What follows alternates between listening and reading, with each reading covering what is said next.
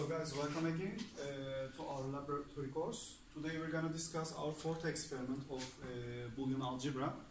And so there exists some kind of rules, about 5 rules to explain the Boolean Algebra. The first one is, guys, associative law. As you can see from here, maybe if I highlight it, then it will be seen better. Associative law is actually, it's a kind of, how to say, association. For example, association of multi-input digital systems means that, for example, if we have 3 inputs, as you can see from here, here we have 3 inputs, but we can classify it with 2 input gates. But if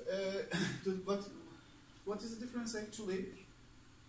That to design this kind of circuit, we can use 3 input AND gates. For example, for the case of AND gate, we can design 3 input AND gates. But there is another alternative that we can use 2 inputs, 2 times 2 input gates of AND gates.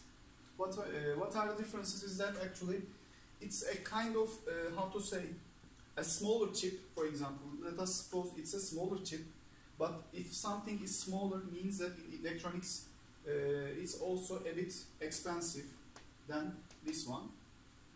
But in the case, for example, if we are dealing with some kind of cost and performance, if we are running on cost and performance, we can use this one. Because we have 2 input gates, 2 input AND gates, and the logic is the same. For example, as we know from the AND gate, all conditions, if all the conditions are satisfied, then the LED blinks. And as well as for this part, for example, here we have A times B, let's write it here, and also as well as A times B is here, coming from here, and C means that here we have A times B times C, so that in case all the inputs are 1 or true, then the LEDs blink. So this is called as associative law, but this is for AND gate. Whereas in the case for OR gate, there is no difference. It's also again the same logic. For example, here we have 3 input OR gate, A plus B plus C. But in the case, for example, here we have a 2 input OR gate, which adds A and B, A plus B, and C is here, and the result is also the same. So that if one of the conditions, if one of the inputs are 1, then the condition is satisfied, and so that the LEDs blink. This is actually called as associative law. Another important law is distributive law. So that we can distribute some kind of expressions into, for example, a simpler expressions. For example, here we have B plus C, A times B plus C means that A is here. Oh no, we can add it here.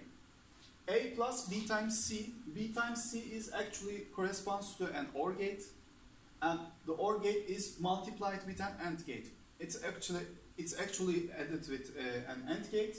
So here we have 2 gate is okay for us.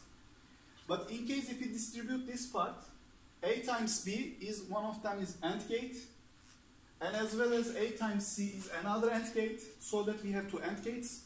And to connect them with an OR gate, we have 3 gate is required to design the circuit, but the logic is the same. It's also, they are also equivalent to each other, but the difference is that we can use a more simplified one. This is more simplified version, and this is the actually distributed version. So the other rules are actually idempotency. Idempotency is something to have having the same value. For example, here we have A, and we can multiply it with as A and A. And sorry, here we have A. And for the case of AND gate, A times A gives us the result. This is also called as idempotency law. We are actually using it when designing a circuit with 2 input gates. Only 2. If we are dealing with designing a digital circuit with only 2 input gates, we can use idempotency. This is an important part. And also as well as for the case of OR gate. Here we have A, and we can multiply the inputs, and so that the result is also A plus A. Complements law is actually the modified version of idempotency, because we can add a kind of buffer or inverter circuit throughout the one of the gates, one of the inputs of the gates. So A is A complementary and the A again, so the result is A times A complementary. And in case of A complementary with AND gate, all the results are 0. Because here we have, for example, say 1, and the A complement is 0, 1 times 0 gives us the result as 1.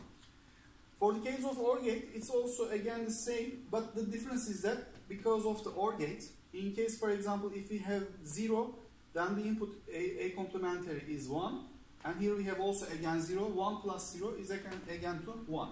If one of the conditions is satisfied for the OR gate, the result is 1. But the most important rule against the other four, apart from the other four rules, are De Morgan laws. De Morgan laws are different from the other parts. Actually, it's also a modified version of all kind of rules, but the difference is that maybe we have familiar from the programming course. If we are dealing with something to design a condition as AND, then we can change it as OR, and by changing also its logic. And the logic behind the De Morgan's law are the same. Here we have A and B input values. We can add it with AND gate, and thereafter we can add it with an inverter gate, so that here we have A times B, A and B, and A and B complementary. But in case if we are designing a parallel circuit, that for example here we have an complementary gates, means that A complementary and B complementary. With respect to A complementary plus B complementary, or we can design it with OR gate, gives us the result as A complementary or B complementary, and so the results are the same. So that we can say both circuits are equivalent to each other.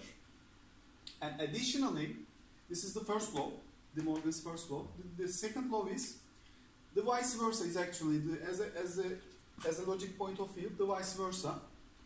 For example, here we have an OR gate, and we add it with a buffer, so that here we have, for example, NOR gate, and let's say here we have a NAND gate. Here we have a NOR gate, means that A plus B's complementary is equal to, with an AND gate, for example, here we have also another inverter circuits, that B to B complementary, A to A complementary, and the result is A complementary times B complementary, so that the results are the same again. Here we have the second law of De Morgan, so that these circuits are also equivalent to each other.